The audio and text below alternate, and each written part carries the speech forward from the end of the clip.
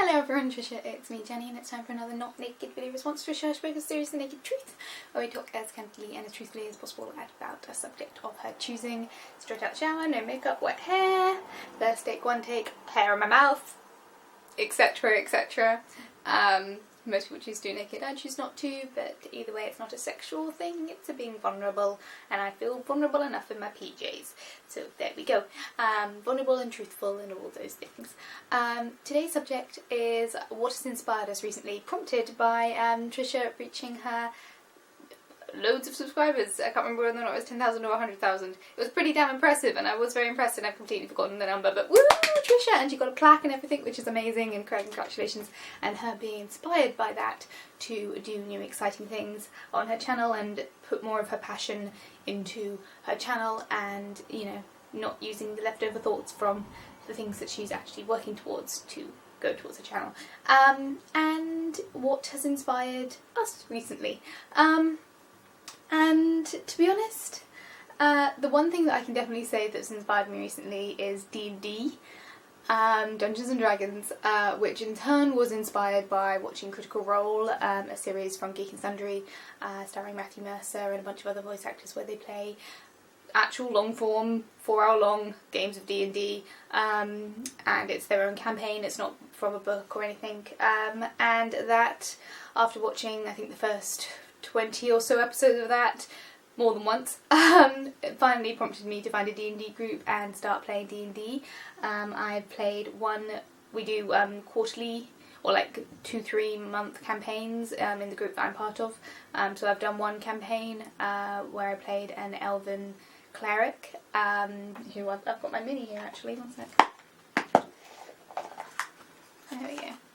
Got my little mini for my elven cleric, whose name was Nyla. Nyalia Vanamon, who had a very complicated backstory that I really loved playing. She was an awesome cleric, and at the moment I'm playing Nayli, a adorable 2-foot tall, comically small, flaming redhead halfling bard who has got the charisma out of this world. And just won't stop talking and doesn't stop singing, and is just awesome, and I really love playing that character. It's just really fun, and you know, there's kind of like a sort of growth, enormous like explosion of D&D and RPG love on the internet at the moment. It's kind of like having its internet renaissance because of the fact that you can do games via Skype and via Twitch, and you have that interactivity, so you can play with friends online similarly to how you play in real life. I think from general experience, I think it's better to play D&D in person, but the fact that you can do it and experience RPGs on the internet is amazing. I think it probably started, like, there's obviously web series beforehand, but now it's actually, like, with Twitch and with long-form live streaming, there is actually people just playing D&D online. Obviously Critical Role is one of the higher ranking ones, but there's, you know, other games out there being played on the internet, which is just amazing, plus all of the mini-series and sketch comedy and, you know, Order of the Stick, which is amazing. And as someone who played a lot of computer RPGs and would, you know, when I say played a lot, what I do was I would choose one game and play it a lot. So Blades of Exile and Neverwinter Nights and Skyrim, that sort of thing, where I would play it a lot. I would play the same game over and over and over again and do everything when I was allowed to use a computer when I was a kid. And I never had any Xbox or anything. I used to play that a lot. I played World of Warcraft when I was in uni for a month. And I didn't do anything else during that time, and so when my free month came to an end, I was actually glad of it, because my life kind of ground to a standstill. But it's something that's very different about playing actual RPGs and creating the story in your head, whether you're using minis or not using minis.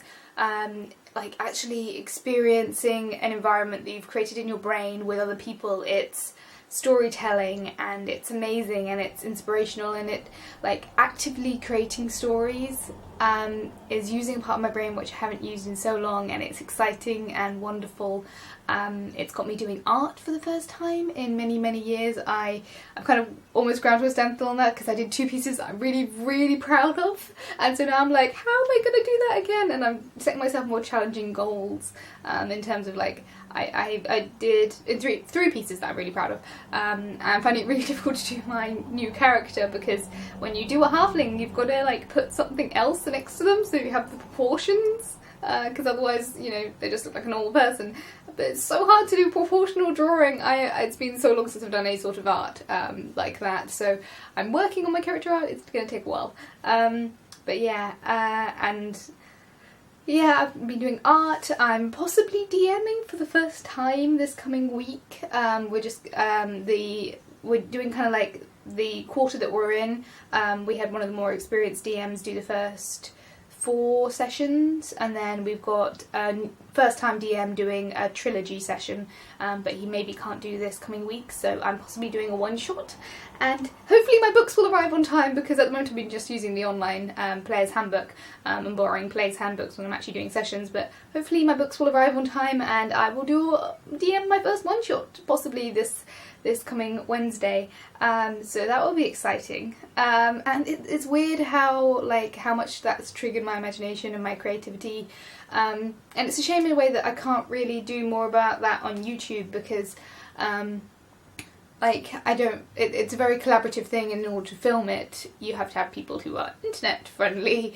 I could take my camera to my D&D session, but I think most people in the group would feel incredibly uncomfortable. I've only known them for a couple of months and all we do is play D&D, so I think it would be really awkward for me to do that, but I wouldn't mind maybe doing more D&D stuff on my channel, but I don't really know how to incorporate it.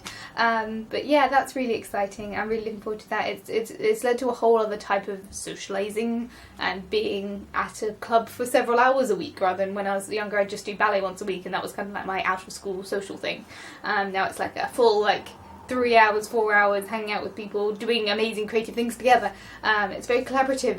It's like in ballet, I didn't think I was competitive, and then I tried to do it as an adult and I was like, I can't handle it. I'm just not as good as everyone else.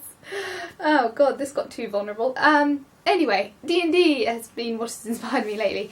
When it comes to YouTube channel stuff, I haven't been that inspired lately, judging by the fact that I'm really behind on my daily vlogging, but I am still trying to do daily vlogging, and from that I'm hoping that kind of the grind of doing things every single day will help me get into the habit of doing more creative things. But we shall see. Anyway, I will see you guys all next week for another Naked Truth, and tomorrow for another daily video of some kind. Yay, being inspired. Congratulations, Trisha.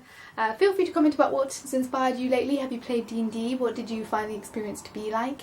And anyone who actually watches these videos on the regular, is there anything that you want me to try with my daily vlogging channel? Anything you want me to maybe put in as a weekly show, that sort of thing? Because I'm not particularly inspired right now and I'd like some inspiration. Thank you for watching, and I'll see you guys all next week. Bye guys.